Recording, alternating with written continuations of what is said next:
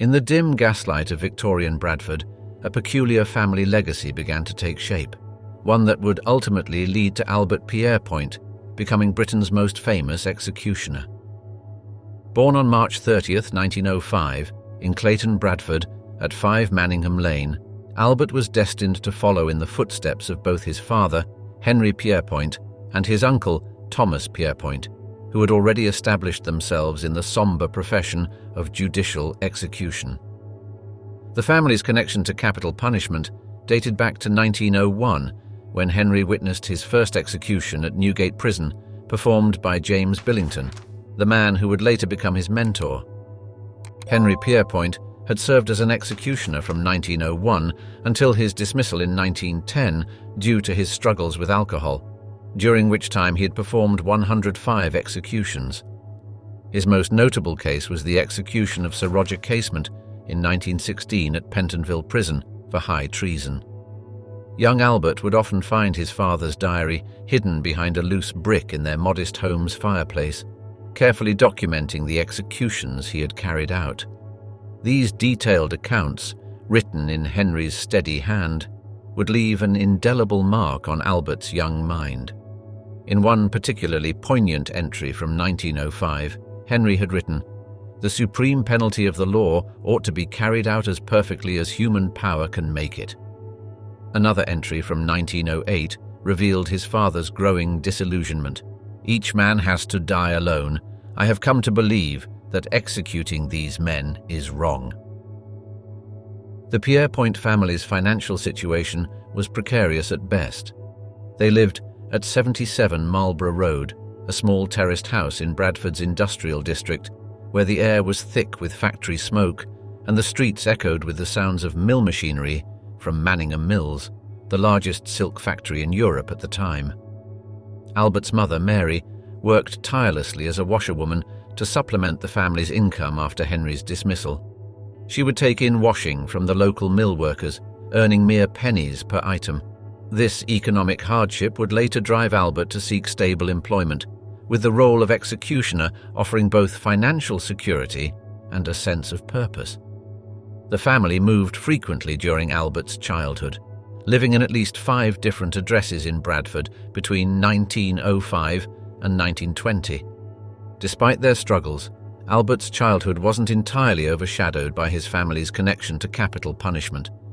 He attended St. Paul's Church of England School until the age of 14, where he was known as a quiet, methodical student with a particular aptitude for mathematics, a skill that would prove invaluable in his future career.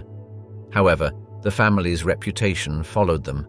Local children would sometimes taunt young Albert with makeshift nooses, crying out, "Jack Ketch, Jack Ketch," referring to the infamous 17th century executioner.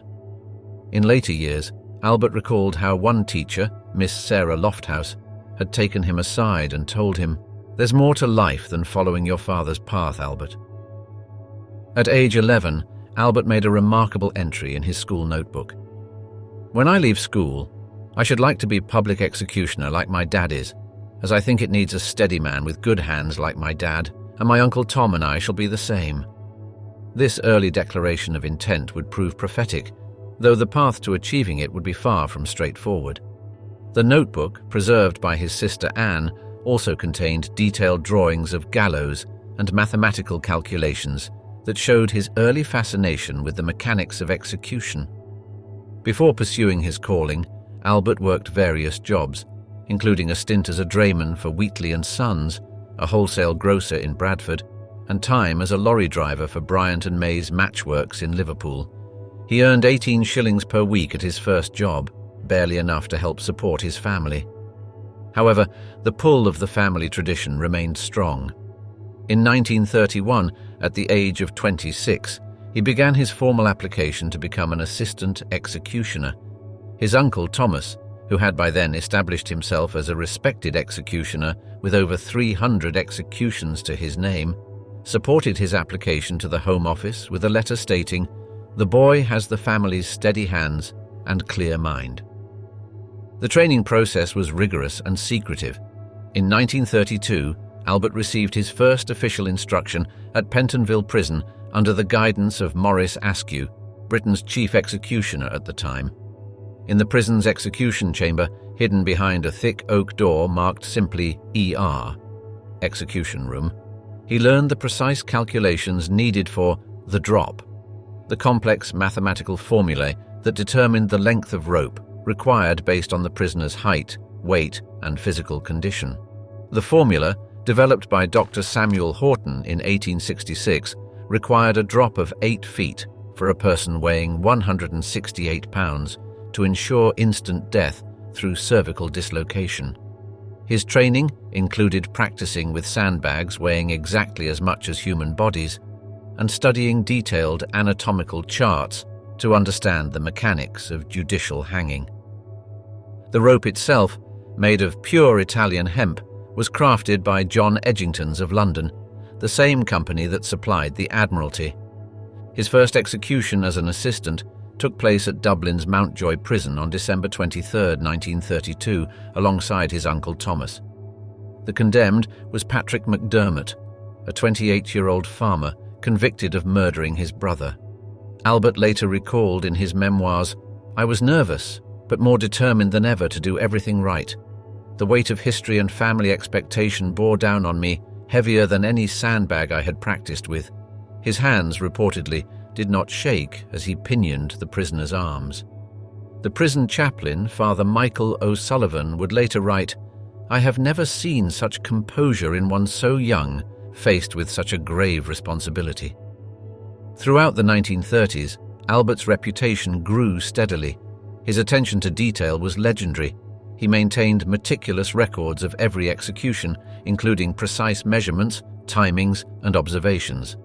In one instance at Wandsworth Prison in 1934, he spent 3 hours calculating and recalculating the drop for George Porter, a particularly challenging case due to the condemned man's unusual physical build, refusing to leave anything to chance. His notebook entry for that day read, "A man's life depends on these calculations. There can be no margin for error." He was known to arrive at prisons the day before scheduled executions to personally check the equipment and make necessary adjustments to the mechanism. By 1940, Albert had established himself as Britain's most efficient and professional executioner. His precision was such that in some cases, the time between entering the condemned cell and the drop of the trapdoor was as little as 12 seconds, a record he set at Strangeways Prison in Manchester during the execution of James Inglis in 1951. Prison officials noted his exceptional ability to maintain composure while treating the condemned with dignity. As one Wandsworth prison officer, William Willis, remarked in 1941, "Pierrepoint brings a dignity to the proceedings that almost makes you forget its grim nature. He moves like a surgeon, each action precise and necessary." His record-keeping became the gold standard for the profession. Each execution was documented in a leather-bound notebook with a black Morocco cover, including not just technical details, but also observations about the prisoner's final moments and behavior. He noted everything from the prisoner's last words to the weather conditions on the morning of execution. These records, which survived until his death in 1992, would later prove invaluable in studying the history of capital punishment in Britain. One particularly moving entry from 1944 described a young soldier condemned for desertion. He died as bravely as he should have fought. By the mid-1940s, Albert Pierrepoint had executed over 200 people, earning him the unofficial title of the Master Executioner. His reputation for efficiency and professionalism led to his selection for particularly sensitive cases, including the execution of wartime traitors like Dorothy O'Grady, known as the New Forest Spy, who was reprieved just hours before her scheduled execution in 1940. His pay rate at this time was £1.15 per execution, plus expenses, a modest sum for such a weighty responsibility. When asked about his fee in a rare 1947 interview, he simply stated, "It's not about the money, it never was. It's about doing what must be done, properly." The weight of justice. Albert Pierrepoint's most haunting cases. In the bitter winter of 1945, Albert Pierrepoint received an extraordinary commission that would forever alter the course of his career. The British government, through Major General Sir Wilfrid Lindsell, recognizing his unparalleled expertise, selected him to execute convicted Nazi war criminals in Germany. December 13, 1945, marked his first arrival at Hameln Prison in Lower Saxony, where he would ultimately hang 200 people convicted of war crimes at various locations across Germany. The British Army provided him with a special passport, identifying him as a special administrative official to maintain secrecy. He travelled under the alias Mr. A.G. Jones and was paid £15 per execution, plus expenses, significantly more than his usual domestic fee of £1.15 shillings. Among the most notorious cases was Irma Gries, known as the Beautiful Beast of Belsen, executed on December 13, 1945 at age 22. Gries, along with Elisabeth Volkenrath and Johanna Bormann, was convicted for crimes at Bergen-Belsen and Auschwitz concentration camps. According to witnesses, including British Army Captain Derek Norton-Taylor, Gries walked to the gallows with a haunting smile, her head held high. She had spent her last days writing poetry and letters to her family. Pierrepoint would later write in his diary, "She died as she had lived, without asking for mercy."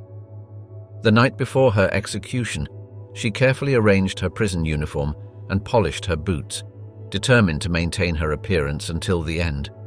Her last words were reportedly, "Schnell," quickly. In a previously unpublished letter to his wife Anne, discovered in 2015, he wrote, "She was 22, the same age as our Mary. She walked to the gallows reciting her multiplication tables like a schoolgirl trying to be brave." Joseph Kramer, the Beast of Belsen, met his end the same day. Pierrepoint noted that Kramer, unlike many others, showed genuine fear in his final moments. Before his execution, Kramer had attempted to justify his actions to prison chaplain Reverend Leslie Keith, claiming he was only following orders. The executions at Hameln required extraordinary precision, as Pierrepoint sometimes had to conduct multiple hangings in a single day. On February 27, 1948, he executed 13 prisoners in one day at Hameln Prison, starting at dawn and finishing after dusk, a record that would stand throughout his career. These included Wolfgang Süss, Karl Klipp, and Fritz Hartjenstein, all former SS officers. The schedule was so tight that Pierrepoint had only 7 minutes between each execution, requiring military-like precision and coordination with his assistant, Henry Critchell. Back in Britain, Pierrepoint faced equally challenging cases that captured public attention. The execution of Derek Bentley on January 28, 1953, at Wandsworth Prison sparked particular controversy. Bentley, 19 years old and functionally illiterate with a mental age of 11, had been convicted under the common purpose rule for the murder of police constable Sidney Miles, despite not pulling the trigger himself. His final words, "Everyone knew I didn't do it," would haunt the British justice system for decades. His sister Iris spent the next 45 years campaigning for his posthumous pardon, which was finally granted in 1998. The case generated such public outrage that 200 MPs signed a petition for clemency, which was ultimately rejected by Home Secretary Sir David Maxwell Fyfe. The night before Bentley's execution, hundreds of protesters gathered outside the prison, singing hymns and holding candlelight vigils. The John Reg Christie case in 1953 presented another moral dilemma that would shake the foundations of British justice. Christie's testimony had previously helped condemn Timothy Evans to death for murders that Christie himself had committed at 10 Rillington Place, Notting Hill. Evans was executed by Pierrepoint on March 9, 1950, maintaining his innocence until the end. Pierrepoint recalled that Evans appeared dazed and confused during his final moments, repeatedly mumbling, "Why me?" When Christie's true guilt was discovered 3 years later, the case became known as the Death House Scandal. When Pierrepoint executed Christie at Pentonville Prison on July 15, 1953, the gravity of the situation weighed heavily. Christie, a former special constable, had murdered at least 8 women, including his wife Ethel. During his final hours, Christie obsessively read the Bible and complained about the quality of his last meal, a cup of tea and some biscuits. The prison doctor, Dr. Maurice Randall, noted that Christie appeared to be in a dissociative state, talking to himself about his garden where he had buried several victims. Perhaps no case affected public opinion more than that of Ruth Ellis, the last woman hanged in Britain. On July 13, 1955, Pierrepoint executed Ellis at Holloway Prison for the murder of her lover, David Blakely. Ellis, a 28-year-old nightclub hostess and model, had shot Blakely outside the Magdala pub in Hampstead, London, on Easter Sunday. The case exposed class prejudices and gender bias in the justice system. Ellis's working-class background and profession were repeatedly emphasized during her trial. Her defense lawyer, Melford Stevenson QC, later admitted he had not presented evidence of domestic abuse that might have reduced her charge to manslaughter. The night before her execution, Ellis gave her diamond engagement ring to her prison warden, Mary Price, saying, "I won't be needing this anymore." Her last request was to have her nails painted red, which was granted. Outside the prison, journalist Duncan Webb reported that the crowd of over 1,000 people fell completely silent at 9 a.m., the moment of her execution. Film director Diana Dawes, who later played Ellis in a biographical film, was among the protesters. The execution of homosexual lovers James Pride and John Smith at Hull Prison on November 8, 1954, for the murder of taxi driver William Schofield, represented another case where public opinion was divided. The fact that their identity was repeatedly highlighted during the trial and in media coverage reflected the prejudices of the era. The News of the World's headline read, "Killer lovers face the gallows," while focusing more on their relationship than the crime itself. Prison chaplain Reverend George Phillips later revealed that the men requested to be buried in the same grave, a request that was denied. Pierrepoint maintained his professional demeanor despite the social controversy, treating them with the same dignity he afforded all condemned prisoners. In his diary, he noted, "Their love for each other was evident until the end. They asked to hold hands as they walked to the scaffold. I could not grant this request, but I ensured they were placed in adjacent cells the night before." The logistical challenges of mass executions reached their peak during his work in Germany. At Hameln Prison, nicknamed the Horror Camp Executioner's Prison, he sometimes had to calculate drops and prepare ropes for multiple executions within hours. Working with his German assistant, Franz Holscher, who spoke no English, they developed a system of hand signals to coordinate their actions. The prison's facilities were not designed for such volume, requiring Pierrepoint to innovate new systems for efficient and humane execution. He developed a method of using colored chalk marks on the gallows trap to ensure precise positioning for each prisoner, accounting for their different weights and heights. His notebook from this period, now in the National Archives, shows meticulous calculations and drawings, including a diagram labeled Maximum Efficiency Layout for multiple drops. Between 1940 and 1945, he executed 15 American servicemen at Shepton Mallet Military Prison in Somerset, each case requiring delicate diplomatic handling and coordination between British and American authorities. The youngest, Private Harold Smith Jr., was just 18 years old when executed for the murder of an English shopkeeper, Florence Ellsworth, in Cambridgeshire. The case caused tension between allies, as American military authorities initially insisted on using their method of execution, the electric chair. However, British law mandated hanging for all executions on UK soil. Captain John Q. Adams, the American liaison officer, noted in his report, "Mr. Pierrepoint's professionalism helped smooth over what could have been a diplomatic incident." Another notable case was that of Private George E. Smith Jr., executed on May 8, 1944, for the murder of a taxi driver in Bath. Smith's last words were, "Tell Mum I died like a soldier," though he was hanged in civilian clothes as per military protocol.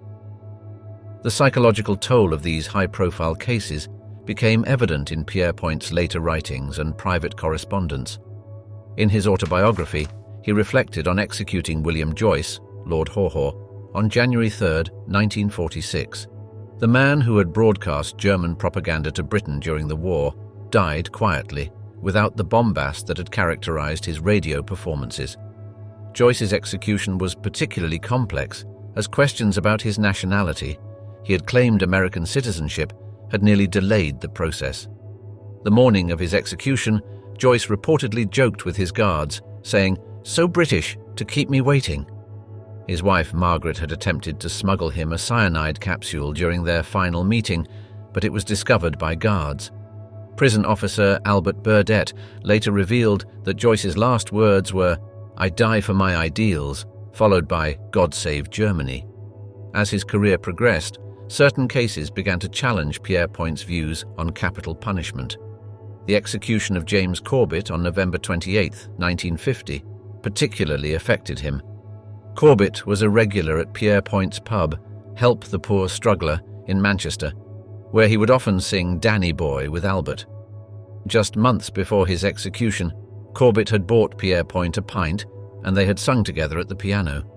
The murder of Corbett's girlfriend, Eliza Woods, in a jealous rage, occurred after a night of drinking at Pierrepoint's pub. During his final hours, Corbett asked to sing Danny Boy one last time. Prison officer Thomas Wells recorded in the execution log, "Prisoner appeared to recognize executioner but maintained composure." This personal connection to a condemned man would later contribute to his growing doubts about the death penalty's effectiveness. The execution of Margaret Allen at Strangeways Prison on January 12, 1949, marked another significant case. Allen, who identified as a man and went by the name Bill, was convicted of murdering Nancy Ellen Chadwick for her ration books. The case highlighted the complex intersections of gender identity, poverty, and crime in post-war Britain. The prison staff struggled with protocols, unsure whether to treat Allen as male or female. Pierrepoint later wrote that Allen requested to wear a suit to the execution, which was denied. The medical officer, Dr. Harold Grierson, noted that Allen was the calmest prisoner he had ever seen face execution, stating simply, "I lived as a man. I'm not afraid to die as one." The art of the final moment. Albert Pierrepoint's scientific approach to mercy. In the dimly lit workshop of his Lancashire home at 1 Hornby Road, Albert Pierrepoint would spend hours meticulously maintaining his execution equipment, a ritual that defined his 25-year career as Britain's most prolific executioner. His tools, now preserved in the Crime Museum at Scotland Yard, were simple but precise. A leather-bound notebook containing mathematical formulas, carefully calibrated ropes of manila hemp sourced exclusively from Edward Hayward and Sons of Exeter, and a brass caliper manufactured by Johnson & Sons, Birmingham, 1928, for measuring neck circumference. Each item played a crucial role in his scientific approach to what he considered a solemn duty. The workshop itself, a converted coal shed measuring just 8 feet by 10 feet, contained a peculiar collection of photographs showing various gallows configurations from prisons across Britain, meticulously annotated with measurements and observations. Pierrepoint's calculation method, known as the Table of Drops, revolutionized execution methodology in the 1940s. While his predecessors, including his father Henry and Uncle Thomas, relied on rough estimates, he developed a complex formula that accounted for the condemned's weight, height, and physical build. His notebooks, discovered in a trunk at his former pub by historian Steve Fielding in 1992, revealed intricate calculations. A 140-pound person required a drop of 6 feet 6 inches, while someone weighing 190 pounds needed only 5 feet 8 inches. The notebooks also contained detailed anatomical drawings, including one particularly significant sketch dated March 1934, showing the optimal angle of rope placement in relation to the cervical vertebrae. Dr. Francis E. Camps, the renowned forensic pathologist who examined many of Pierrepoint's executions, noted in his 1956 paper, Death by Judicial Hanging, that this mathematical precision resulted in a 98.9% rate of instantaneous death, significantly higher than the international average of 89.3%. The mechanics of his method were precise to the point of obsession. The trapdoor, which he insisted be regularly oiled and tested, needed to open at exactly 45 degrees to ensure optimal velocity, a specification he developed after studying failed executions at Wandsworth Prison in 1939. The rope, always hemp from his trusted supplier in Exeter, where owner Thomas Hayward would personally select each batch, was pre-stretched for 24 hours and treated with beeswax using a formula Pierrepoint developed with chemist Dr. Harold Mitchell in 1943. This treatment reduced rope friction by 47%, according to tests conducted at Manchester University's engineering department. His discovery that specific knot placement, 1 inch behind the left ear at what he called the sweet spot, provided the quickest severance of the spinal cord, was later validated by neurological studies conducted by Dr. Hugh Cairns at Oxford in 1947. His pre-execution routine, documented in detail by Wandsworth Prison's chief officer George Cooper, became legendary among prison staff. Arriving at the prison exactly 7 hours before the scheduled time, typically 1 a.m. for an 8 a.m. execution, Pierrepoint would first inspect the execution chamber, testing the trapdoor mechanism exactly 7 times, a number derived from his father's practice, who believed it represented divine completion. In December 1945, during the execution of John Amery at Wandsworth, this meticulous testing revealed a slight misalignment that could have resulted in a prolonged death. Prison engineer Frederick Walters noted in his maintenance log, "Mr. Pierrepoint's attention to detail saved us from what could have been a grave mishap."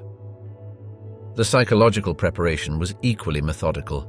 On execution mornings, Pierrepoint abstained from alcohol and heavy foods, maintaining what he called a clear head and steady hand, a practice he adopted after witnessing his Uncle Thomas's shaky performance at Birmingham Prison in 1941, following a heavy breakfast. He developed a technique of controlled breathing, 3 deep breaths before entering the condemned cell, a practice he learned from Buddhist monk Thich Nhat Hanh during the execution of Japanese war criminals at Changi Prison, Singapore in 1946. Prison chaplain Reverend James Makepeace noted in his diary that Pierrepoint's breathing exercises had a calming effect on the entire execution team, creating what he called a sphere of tranquil professionalism. His philosophy on respect manifested in unexpected ways. At Pentonville Prison in 1943, he established a practice of having fresh flowers placed in the execution chamber anteroom each morning, not visible to the condemned, but present to maintain humanity in a place of ending, as he wrote in his personal diary. During the execution of Derek Bentley in 1953, Pierrepoint insisted on using Bentley's preferred name Dell rather than his legal name, recognizing the young man's learning difficulties. Conservative MP Duncan Sandys, who witnessed the execution, later wrote, "In those final moments, Pierrepoint's small gesture of humanity spoke volumes about our civilization." The psychological toll of his profession manifested in subtle ways, documented by those closest to him. Former Pentonville prison officer James Morris recalled how Pierrepoint would spend hours after each execution meticulously cleaning and organizing his equipment, a ritual he believed helped process the day's events. This routine became so well known that prison staff referred to the small room where he worked as Pierrepoint's sanctuary. In his private letters to his wife Anne, discovered in a Manchester attic in 2012, he described experiencing recurring dreams of faces, not of the executed, but of their families, whom he would glimpse waiting outside the prison gates. One particularly moving letter, dated June 1947, describes his distress after executing a father and son, Robert and Daniel Griffin, at Liverpool's Walton Prison for the murder of a police officer. "The boy had his father's eyes, Anne. I see them still when I close mine." His method of emotional detachment was systematic. Pierrepoint developed what he called the 3-room system, dividing his life into distinct spaces: the execution chamber, his pub, Help the Poor Struggler in Manchester, and his home. Each space had its own rules and persona. In the execution chamber, he was purely professional. At his pub, he was the jovial landlord who never discussed his other occupation. At home, he was simply a husband who tended to his garden. This compartmentalization helped him maintain his mental equilibrium. though he admitted in a 1953 interview with the Manchester Evening News that the walls between these rooms sometimes grow thin. His attention to the psychological comfort of the condemned was revolutionary for its time. At Strangeways Prison in 1948, he instituted a practice of having a cup of tea ready in the execution chamber anteroom, not for drinking, but because he found the familiar aroma had a calming effect on prisoners. He insisted that prison guards maintain absolute silence during the execution process, believing that extraneous noise could cause unnecessary anxiety in the condemned's final moments. The precision of his timing became legendary within the prison system. Deputy Governor William Morton of Wandsworth Prison kept detailed records showing that Pierrepoint's executions typically took between 7 and 13 seconds from cell to drop. During the Nuremberg executions in 1946, where he had to execute 10 Nazi war criminals in a single day, American observers noted that each execution was completed within 8.5 seconds of the previous one, with no variation in procedure or dignity. His public persona was carefully crafted. Unlike previous executioners who often sought publicity, Pierrepoint maintained a dignified reserve.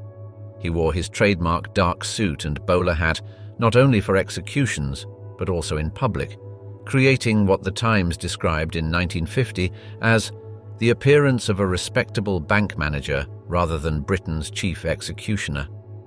This image helped change public perception of the role from that of a macabre occupation to one of solemn civic duty. In his personal notebook, found in 1978, Pierrepoint had written detailed observations about the psychological states of various prisoners. He noted that those who maintained their innocence typically showed different muscle tension patterns during pinioning compared to those who had admitted guilt. This led him to modify his technique, using a slightly looser arm strap for the former group to prevent involuntary resistance. The effectiveness of his methods was validated by medical professionals. Dr. Harold Price, who attended over 100 of Pierrepoint's executions at Birmingham Prison, noted in his medical journal that brain death occurred within 6 seconds under Pierrepoint's system, compared to 12 seconds under previous methods. His technique of positioning the rope's knot became standard training for all British executioners by 1950. During the high-pressure period of the Nazi war criminals' executions at Hameln Prison, Pierrepoint demonstrated remarkable psychological resilience. In one instance, he executed 27 people in a 28-hour period. His assistant, Sid Durnley, later wrote that between executions, Pierrepoint would sit quietly in a small office, drinking water and reviewing his notes, maintaining what he called the necessary emotional distance without losing human perspective. The duality of his existence, being both a public servant carrying out society's ultimate punishment and a man trying to maintain his humanity, was perhaps best exemplified in his handling of Ruth Ellis's execution in 1955. While maintaining his professional demeanor, he ensured her final request for a glass of brandy was granted and arranged for her to wear the clothes she had chosen. The prison chaplain, Reverend Evans, later wrote that Pierrepoint's blend of efficiency and compassion made the terrible event as humane as such a thing could be. The final verdict: Albert Pierrepoint's journey from executioner to abolitionist. In the frost-bitten morning of February 13th, 1956, after executing James Smith at HMP Manchester's E-Wing, Albert Pierrepoint made his final walk down the execution chamber's 23 steps. Smith's case, convicted of murdering Sarah Thomas in Cardiff, particularly troubled him due to evidence of severe schizophrenia documented by prison psychiatrist Dr. Malcolm Davidson. The execution chamber at Manchester, which Pierrepoint had helped design in 1935, with its distinctive green-tiled walls, chosen for their calming effect, would never again feel his measured tread. His resignation letter, typed on his Corona portable typewriter and delivered by hand to Prison Commission Chairman Sir Lionel Fox at 27 Northumberland Avenue, London, contained just 47 words. The official dispute over the £4 fee for a cancelled execution at Wandsworth Prison served as a convenient public explanation, but his private letters to fellow executioner Harry Allen discovered in 2003, revealed deeper motivations. The weight of souls has become too heavy to bear. The transformation in Pierrepoint's worldview was gradual, marked by specific cases that chipped away at his certainty. The Timothy Evans case in 1950 was particularly significant. Evans, executed at Pentonville Prison on March 9, 1950, maintained his innocence until the end, repeatedly murmuring, "Christie done it," during his final hours.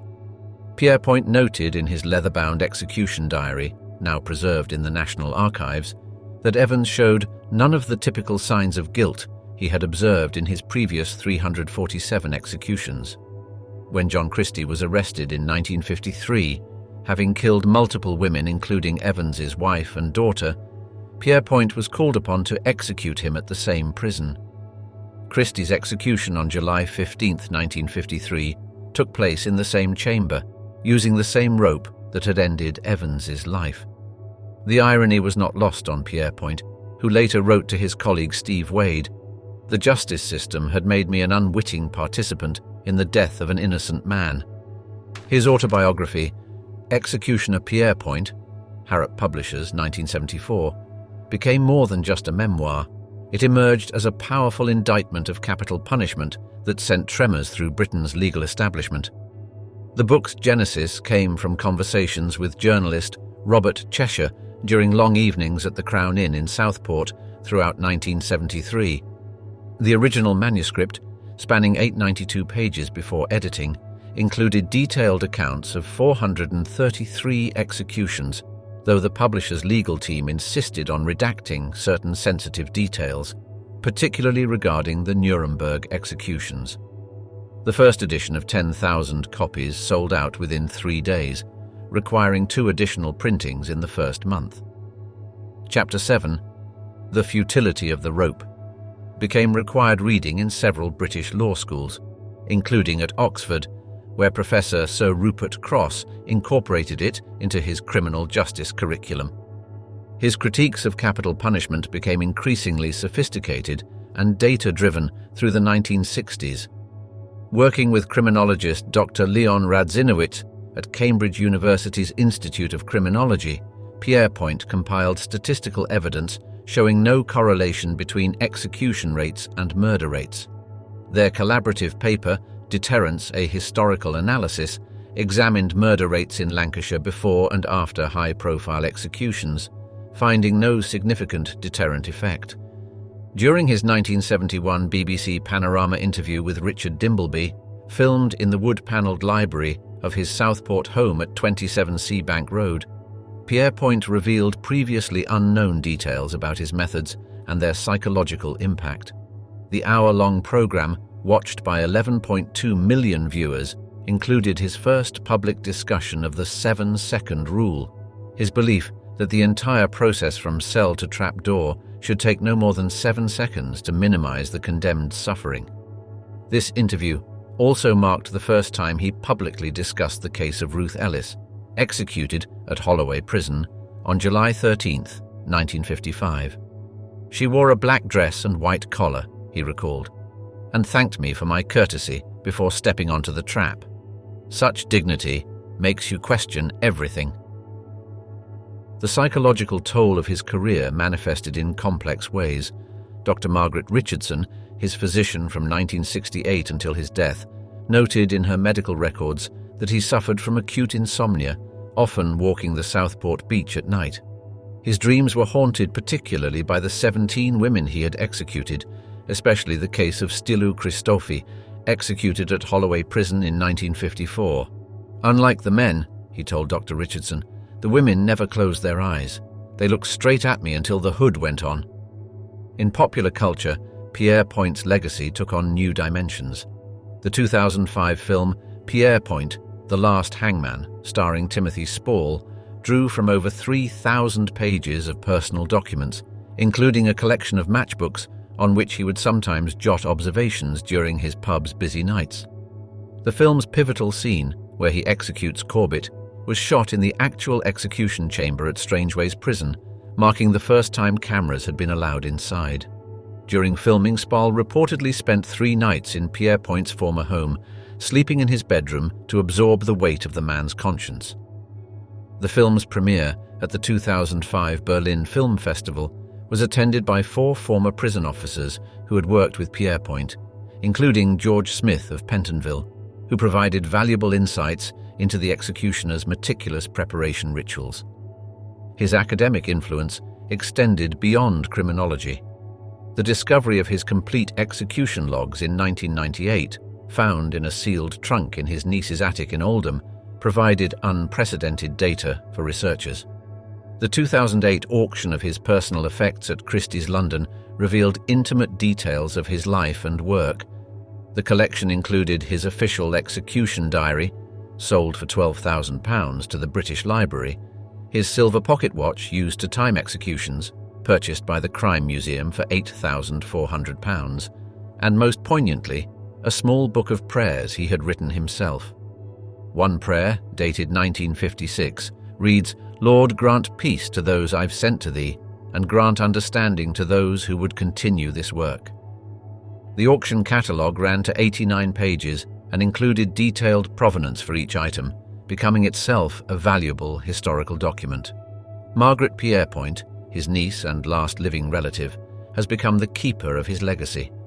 Living in the same Oldham house where Albert spent his childhood, she maintains an extensive archive of unpublished materials, including his collection of 433 newspaper clippings about murders during his tenure, each annotated with his personal observations. In a revealing 2020 interview with The Guardian's Simon Hattenstone, she shared previously unknown details about her uncle's private struggles. "He would sometimes wake up screaming," she recalled, calling out names of the executed. The name Derek Bentley came up often. Bentley's execution in 1953, at age 19, for the murder of P.C. Sidney Miles, despite significant public protest and evidence of his limited mental capacity, had particularly troubled Pierrepoint. The physical spaces associated with Pierrepoint have taken on historical significance. His pub, Help the Poor Struggler, was designated a Grade 2 listed building in 2012, with a blue plaque commemorating its unique place in British legal history. The execution chamber at Wandsworth Prison, where he performed 117 executions, was preserved as a memorial in 2000, complete with his original equipment and calculations still chalked on the walls. The chamber attracts legal scholars and criminologists from around the world, studying what former Home Secretary Roy Jenkins called the architecture of state-sanctioned death. In his final years, living quietly in Southport with his wife Anne, Pierrepoint continued to receive letters from around the world seeking his insights. His last public statement, given to the BBC World Service 3 months before his death in 1992, summed up his journey. "For 25 years I served justice, but it took me another 25 to understand mercy." He died on July 10, 1992, and was buried in Southport's Duke Street Cemetery, his gravestone bearing the simple inscription, "Here lies a man who learned to doubt." As we delve into the life and legacy of Albert Pierrepoint, we step back to the days when he quietly reigned as Britain's most prolific executioner. To him, each condemned soul had a story, a fleeting glimpse of humanity that lingered even as the sentence was fulfilled. His famous reflection resonates through time, capturing the shift in his heart and the wisdom he gained. "I have lived with death, served death, and now I must speak against death. The tide of history moves toward mercy, and I, who once stood against that tide, now move with it. Let future generations know that justice without compassion is no justice at all." And with that, we close the final chapter on Albert Pierrepoint, a man who ultimately chose to stand not as the hand of punishment, but as a voice for mercy. Thank you for watching, and until next time, goodbye.